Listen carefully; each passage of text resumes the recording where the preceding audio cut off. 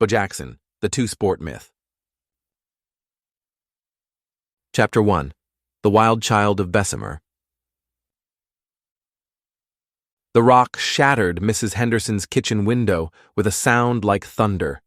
10-year-old Vincent Edward Jackson stood frozen in the Alabama heat, his throwing arm still extended, watching glass fragments catch the afternoon sun like diamonds falling to earth.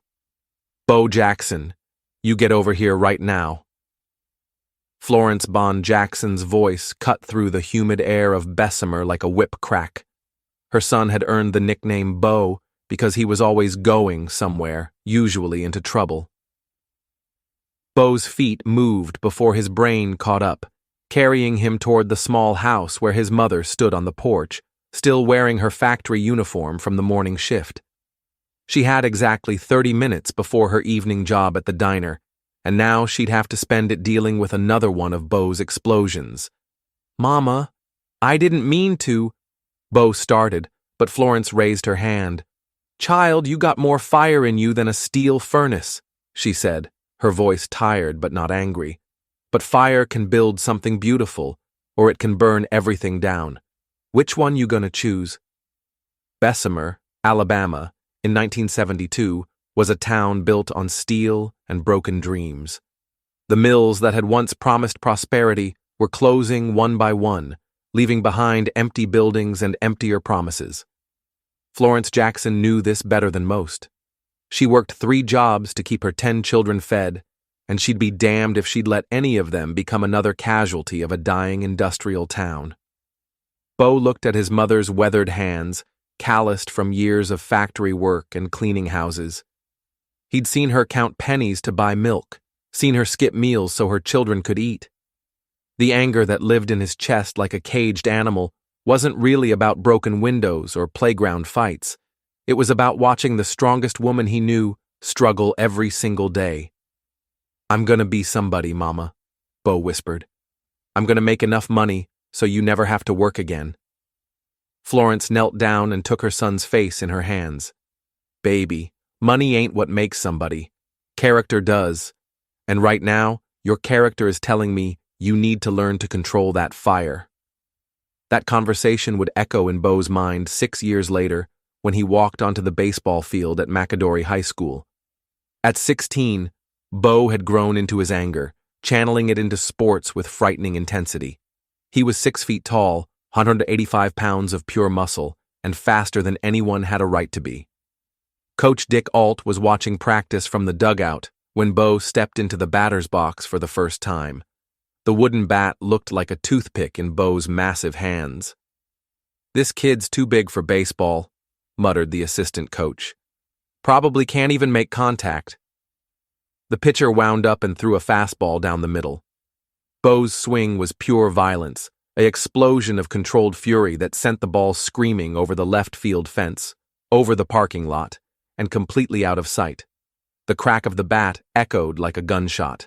Coach Alt stood up slowly, his coffee cup forgotten in his hand. In 30 years of coaching, he'd never seen anything like it. "Son," he called out to Bo, "what position do you play?" Bo jogged back toward home plate, not even breathing hard. "Whatever position you need me to play, Coach." Over the next 2 years, Bo became a legend at McAdory High. He hit .447 as a senior, with 20 home runs in a 25-game season. In football, he rushed for 1,175 yards, despite missing 4 games with a shoulder injury. In track, he ran a 4.12 40-yard dash and broad jumped over 29 feet. College recruiters came from everywhere to see the phenomenon from Bessemer. They filled the stands at every game, notebooks in hand, trying to figure out how to contain lightning in a bottle. But there was a problem nobody wanted to talk about. Despite his obvious talent, the major college baseball programs weren't interested. Bo was raw, unpolished, and came from a high school that barely had enough equipment for its teams. The baseball scouts saw a football player pretending to be a baseball player. "He's got power," one scout wrote in his report, "but he strikes out too much. No plate discipline. Probably better suited for football." The rejection letters piled up on Florence Jackson's kitchen table. Auburn wanted Bo for football. Alabama wanted him for football. Georgia, Tennessee, and Florida State all wanted him for football. But nobody wanted him for the sport he loved most. Bo sat at that same kitchen table one evening in the spring of 1982, staring at the letters. His mother was at the stove cooking dinner for the family with ingredients she'd stretched to last the week. "Mama," Bo said quietly, "what if they're right? What if I'm not good enough for baseball?" Florence turned around, wooden spoon still in her hand. "Vincent Edward Jackson, I've watched you hit baseballs clean out of sight. I've seen you run so fast it looked like you were flying. But more than that, I've seen you get knocked down and get back up every single time." She walked over and sat down beside her son. "Those scouts, they see what you can't do. I see what you will do, and what you will do is prove every single one of them wrong." Bo looked at his mother, this woman who had never given up on anything in her life, and felt the fire in his chest transform from anger into determination. "I'm going to Auburn," he said. "I'm going to play football to get my education, but I'm also going to walk onto that baseball team and I'm going to show them what a kid from Bessemer can do." Florence smiled and squeezed her son's hand. "Now that," she said, "sounds like somebody I raised." Outside, the Alabama sun was setting over the steel mills of Bessemer, painting the sky the color of fire. In a few months, Bo Jackson would leave this place behind, but he would carry its lessons with him forever. The fire that had once broken windows would soon break records, shatter expectations, and redefine what was possible for a human being to achieve. But first, he had to prove he belonged. Chapter 2: Auburn's Gamble. The Auburn University football facility in August 1982 looked like a temple to Bo Jackson. Gleaming weight rooms, perfectly manicured practice fields, and equipment that cost more than his family's annual income. But Bo's eyes kept drifting toward the baseball diamond visible through the windows. Coach Pat Dye had recruited Bo as a running back, promising him immediate playing time and a chance to compete for a national championship. What Coach Dye didn't know was that Bo had already made a secret plan to walk onto the baseball team. "Jackson!" Coach Dye's voice boomed across the practice field. "You're not here to sightsee. You're here to run through people." Bo lined up behind the quarterback, his 6 foot 1 inch, 225-pound frame coiled like a spring. When the ball was snapped, he exploded through the line with such force that 3 defenders bounced off him like pinballs. The running back coach just shook his head in amazement. "I've never seen anything like it," he told Coach Dye later. "It's like he's playing a different sport than everyone else." But Bo's heart was still on the baseball diamond. Every afternoon after football practice, he would sneak over to the baseball field and take swings in the empty batting cage. The baseball coach, Hal Baird, noticed the mysterious figure hitting balls in the twilight. One evening, Coach Baird decided to investigate. He found Bo in the cage, drenched in sweat, working through a bucket of baseballs with mechanical precision. "Son, you know football season started 2 weeks ago, right?" Baird asked. Bo stopped mid-swing and turned around. "Yes, sir. I'm Bo Jackson. I play football, but I was wondering if I could try out for baseball in the spring." Baird had heard about the football phenom, but he'd also heard the scouting reports. Raw talent, no discipline, strikes out too much. Still, there was something about the way Bo carried himself that intrigued him. "Tell you what," Baird said, "show me what you can do." Bo stepped back into the batter's box. Baird fed balls into the pitching machine, starting slow and gradually increasing the speed. Bo fouled off the first few pitches, then found his timing. The next ball disappeared over the center field fence, then another, and another. After 10 straight home runs, Baird turned off the machine. "Son," he said quietly, "I think we need to talk." Bo's freshman football season was nothing short of spectacular. He rushed for 829 yards despite sharing time with other backs, and his 91-yard touchdown run against Alabama became the stuff of legend. The crowd at Legion Field fell silent as Bo broke through the line, accelerated past the linebackers, and simply outran everyone else on the field. "He's not human," Alabama coach Bear Bryant said after the game. "I've been coaching for 40 years, and I've never seen anything like that boy." But Bo's real test came in the spring when he officially joined the baseball team. The other players were skeptical. Football players who tried to play baseball were usually big, slow, and struck out constantly. Bo's first at-bat in practice changed everything. Facing the team's best pitcher, he worked the count to 2-2, then drove a fastball 450 feet over the left field wall. The ball was still rising when it cleared the fence. "Holy cow," whispered the catcher. "Did that really just happen?" By his sophomore year, Bo was starting in both sports. The logistics were insane. He would finish football practice, sprint across campus to baseball practice, then study until midnight. His body was constantly sore, constantly tired, but his performance never suffered. In football, he rushed for 1,213 yards and scored 17 touchdowns. In baseball, he hit .279 with 17 home runs and 28 stolen bases. Sports Illustrated put him on the cover with the headline, "The Phenom." The media attention was overwhelming. Reporters followed Bo everywhere, asking the same questions over and over. "How do you do it? Which sport do you prefer? What's your secret?" Bo's answers were always the same. "I just play. I don't think about it too much." But privately, Bo was struggling with the pressure. Everyone wanted a piece of him. Football coaches wanted him to focus on football. Baseball coaches wanted him to focus on baseball. Agents were already circling, promising millions if he would just choose one sport. The breaking point came during his junior year. Bo was hitting .370 in baseball and had just rushed for 256 yards in a football game when he collapsed in his dorm room from exhaustion. Florence Jackson drove up from Bessemer the next day and found her son lying in a hospital bed, hooked up to IV fluids. "Baby, what are you trying to prove?" she asked, taking his hand. Bo looked at his mother, the woman who had worked 3 jobs without complaining, and felt ashamed. "I'm trying to prove I belong here, Mama. I'm trying to prove that a kid from Bessemer can do anything." "Vincent," Florence said softly, "you already proved that the day you walked onto this campus. Now you need to prove you're smart enough to take care of yourself." Bo recovered and finished his junior season strong in both sports, but the real test came in his senior year, 1985. Auburn was ranked number 1 in football, and Bo was the leading candidate for the Heisman Trophy.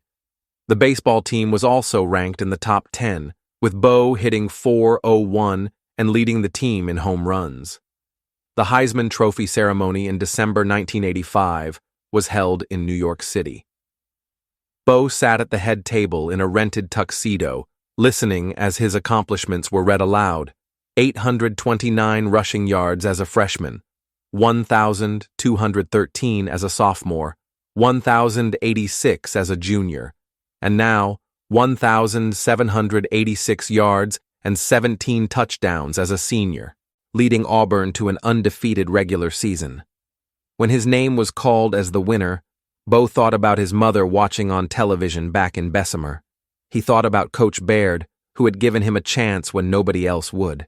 He thought about all the scouts who had said he wasn't good enough for baseball. In his acceptance speech, Bo thanked his teammates, his coaches, and his family, but he ended with a promise that shocked everyone in the room. "This trophy represents the best college football player in America," he said. "But I want everyone to know that my dream has always been to play professional baseball. I will not be entering the NFL draft. I'm going to pursue my dream of playing in the major leagues." The room erupted in chaos. Reporters shouted questions. NFL executives looked stunned. Bo Jackson, the best college football player in America, was walking away from guaranteed millions to chase a childhood dream. Later that night, Bo called his mother from his hotel room. "Mama, did I do the right thing?" he asked. Florence Jackson smiled on the other end of the line. "Baby, you did exactly what I raised you to do. You followed your heart, and you stayed true to yourself. I'm proud of you." Bo hung up the phone and looked out at the New York City skyline. Somewhere out there was a baseball diamond with his name on it. He had no idea if he was good enough to make it in professional baseball. He had no idea if he was making the biggest mistake of his life. But he knew one thing for certain. He was about to find out what he was really made of. Chapter 3: 2 Dreams, 1 Body. The Kansas City Royals spring training facility in Fort Myers, Florida, felt like a different planet to Bo Jackson. Everything was bigger, faster, and more intense than college baseball. The players were men, not boys, and they had families to feed and mortgages to pay. Bo signed with the Royals in June 1986 for a $1.66 million bonus, making him one of the highest-paid draft picks in baseball history. But money couldn't buy him the one thing he needed most: experience. His first professional at-bat came in rookie league ball in Sarasota. The pitcher was a 22-year-old left-hander with a decent curveball and 4 years of professional experience. Bo stepped into the batter's box wearing number 16, his hands trembling slightly on the bat handle. The first pitch was a fastball down the middle. Bo swung so hard he nearly fell down, missing the ball by 6 inches. Strike 1. The second pitch was another fastball. Bo swung again, this time making contact but fouling the ball straight back into the screen. Strike 2.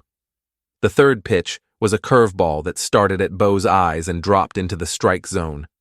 Bo swung at where the ball had been, not where it was going. Strike 3.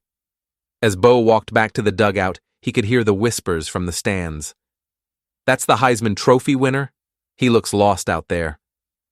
The struggles continued for weeks. Bo struck out in his first 7 at-bats, then went 0 for 22 to start his professional career.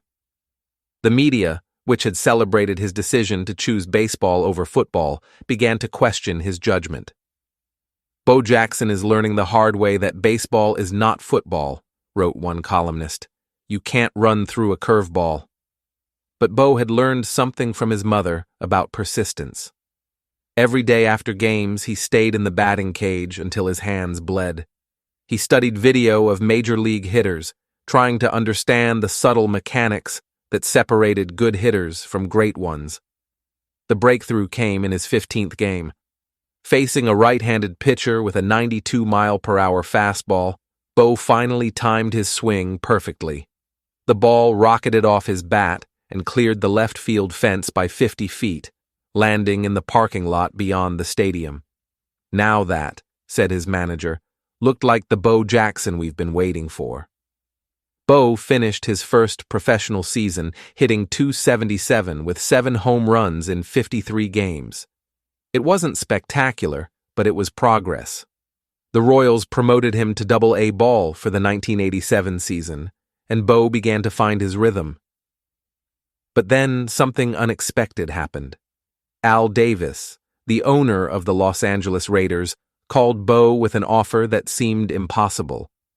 "Son," Davis said in his gravelly voice, "I know you chose baseball, but what if I told you that you could play both?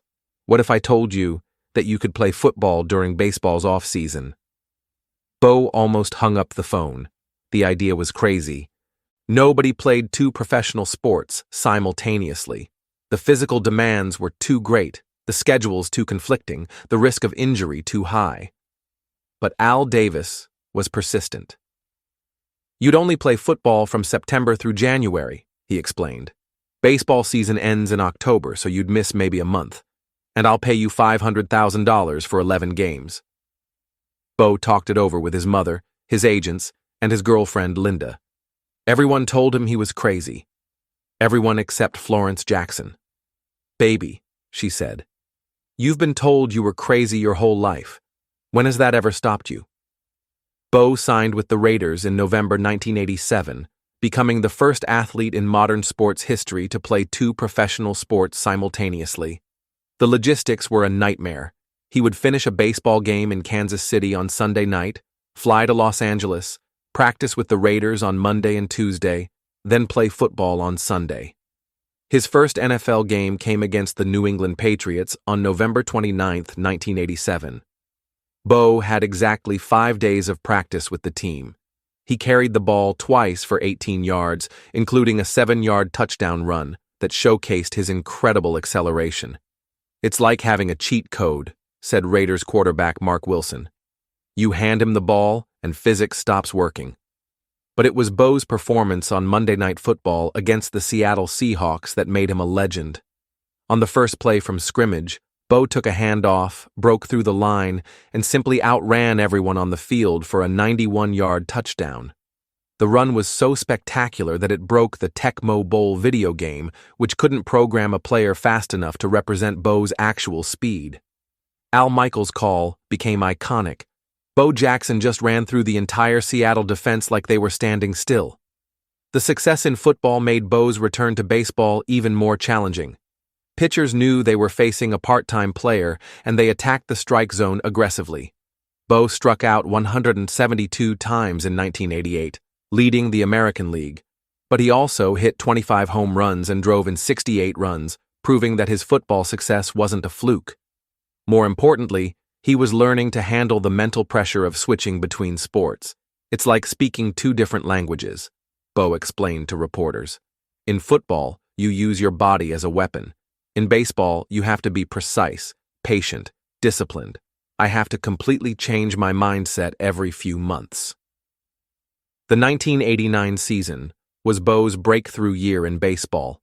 He hit .256 with 32 home runs and 105 RBIs, earning his first All-Star selection.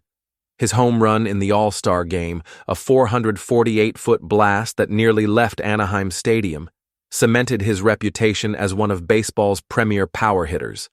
Meanwhile, his football career was reaching new heights. He rushed for 950 yards in 11 games, averaging an incredible 5.4 yards per carry.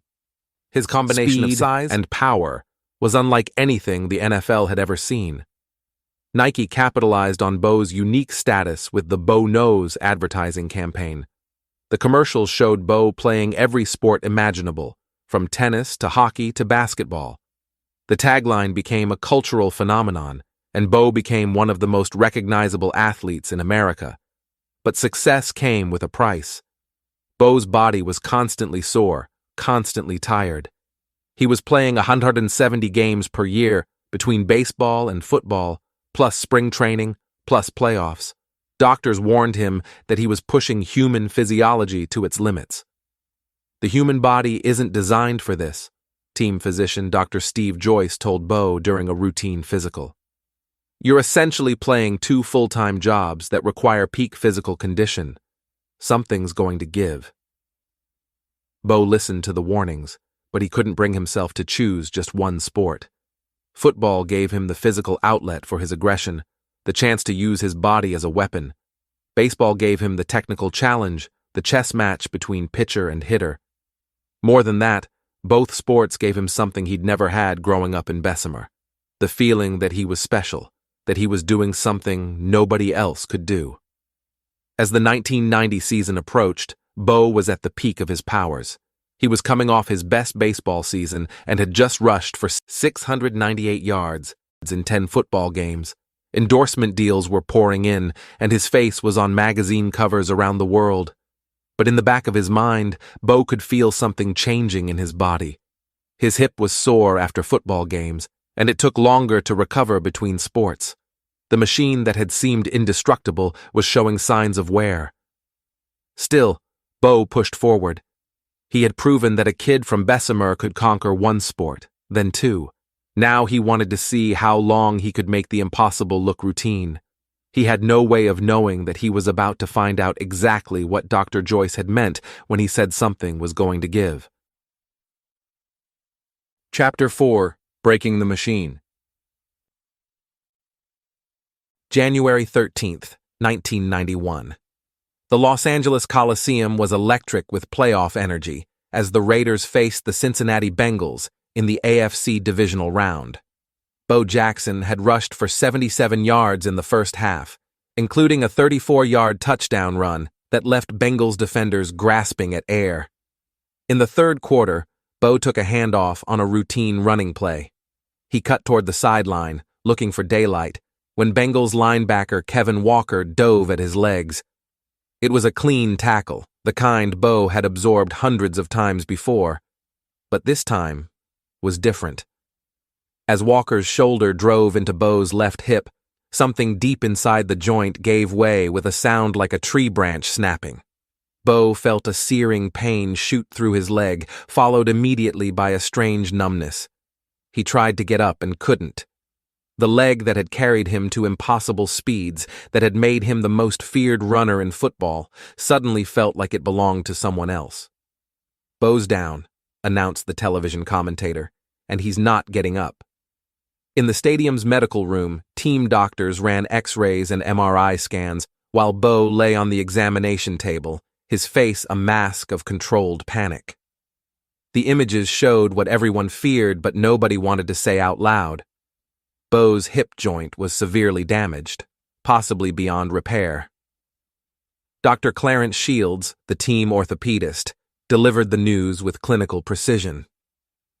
"Bo, you've suffered what we call a vascular necrosis. The blood supply to your hip joint has been compromised. Without blood flow, the bone tissue is dying."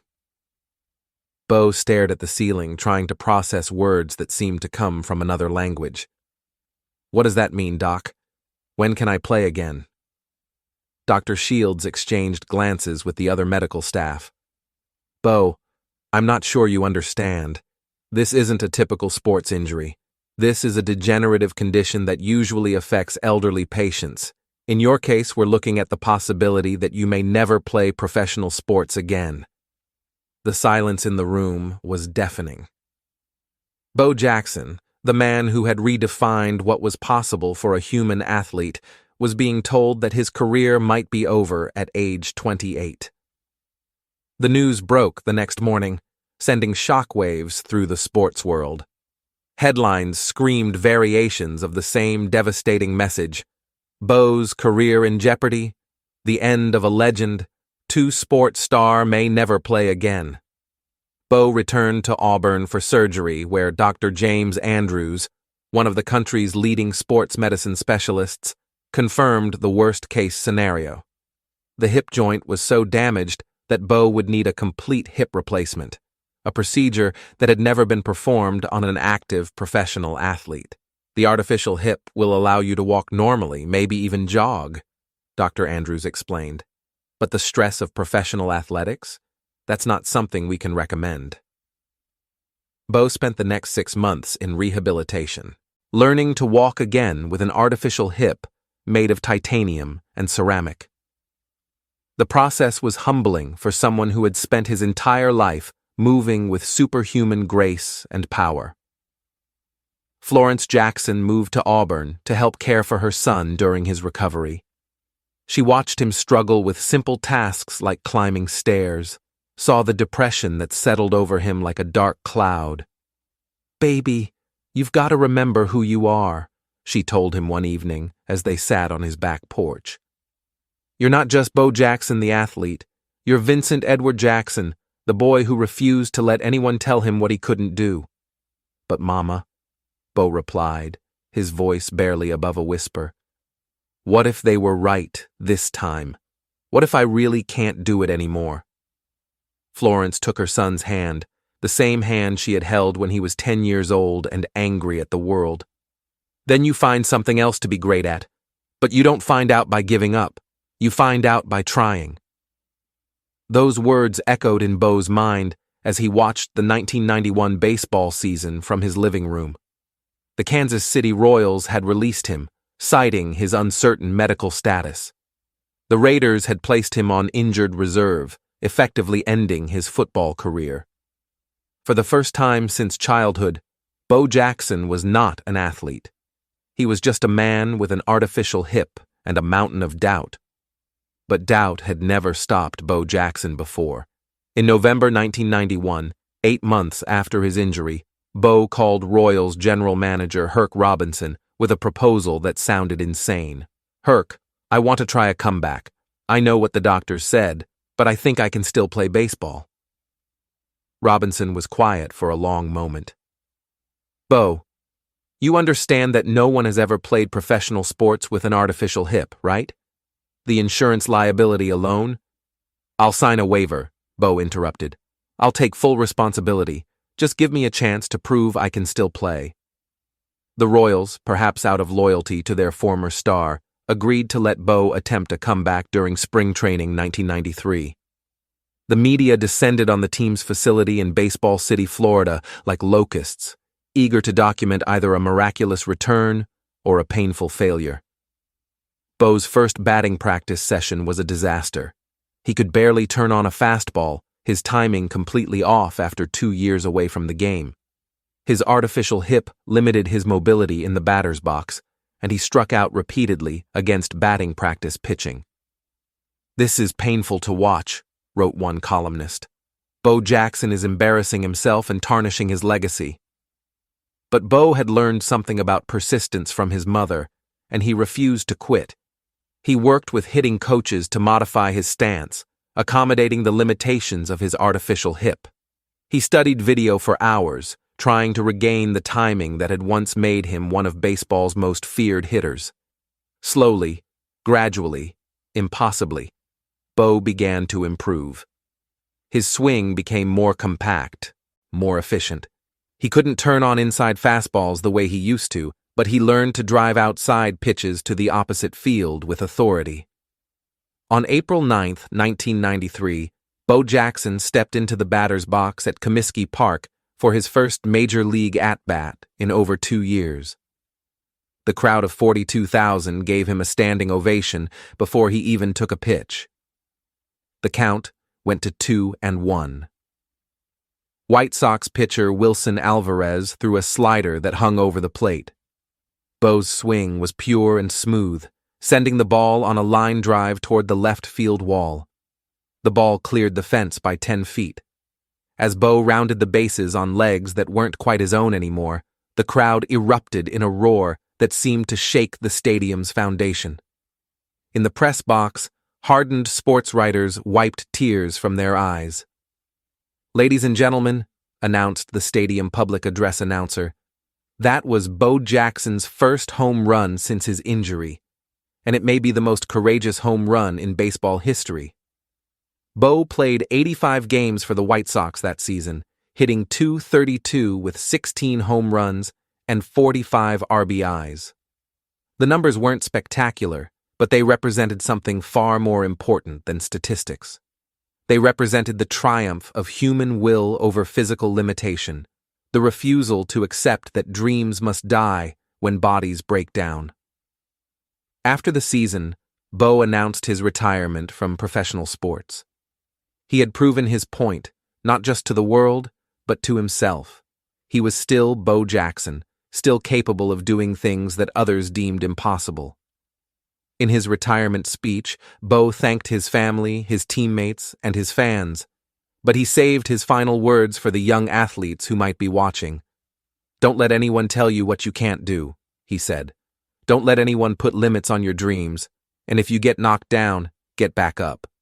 Because the only failure is not trying."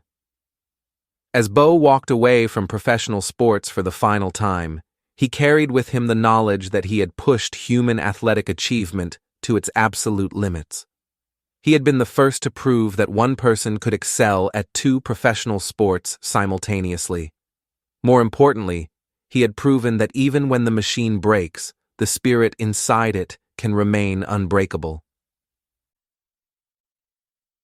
Chapter 5. The Legend Lives Forever. 25 years after his retirement, Bo Jackson stood on the same baseball field in Bessemer, Alabama, where he had first learned to channel his anger into something productive. But now, instead of breaking windows, he was building dreams. The Bo Jackson Elite Sports Complex sprawled across 40 acres of what had once been abandoned industrial land.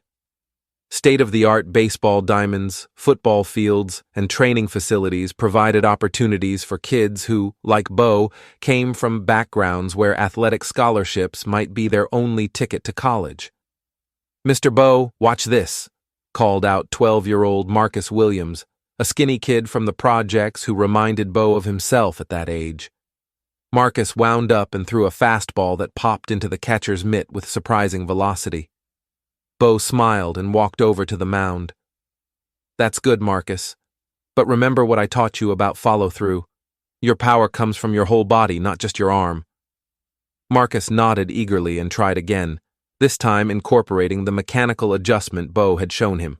The ball flew straighter and faster, drawing approving nods from the other coaches. This was Bo's life now. No more Monday night football games or all-star appearances, but something deeper and more lasting. He was passing on not just athletic techniques, but life lessons learned through triumph and failure. The complex had been Bo's dream since his playing days ended. He had used his endorsement money and business investments wisely, building a portfolio that allowed him to give back to the community that had shaped him. But more than money, he invested his time and his story. "Kids today face the same challenges I did," Bo explained to a group of visiting reporters. "Poverty, limited opportunities, people telling them they're not good enough. The difference is, now they have examples of people who made it out. They have hope." Bo's post-athletic career had been remarkably successful. His business ventures included everything from restaurants to real estate development, but his passion project remained youth athletics. The complex served over 3,000 kids annually, providing free coaching, equipment, and mentorship. Linda Jackson, Bo's wife of over 20 years, often marveled at how naturally her husband had transitioned from superstar athlete to community leader. "He's the same person who refused to accept limitations as a player," she said. "Now he's teaching kids not to accept limitations on their dreams." The impact was measurable. Over 200 kids who had trained at Bo's facility had received college scholarships, and dozens had gone on to professional careers in various sports.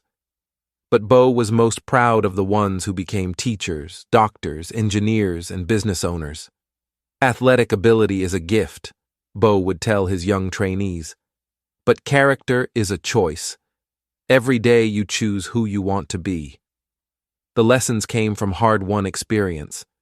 Bo's post-injury comeback had taught him that true strength wasn't measured in speed or power, but in the ability to adapt and persevere when circumstances changed.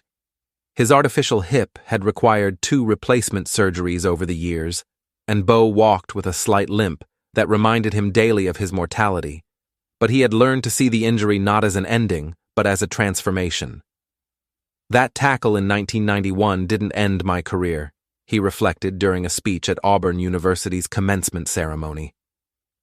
"It began my real career. Everything I had done before was about proving what I could do. Everything after was about proving what we all can do when we refuse to give up."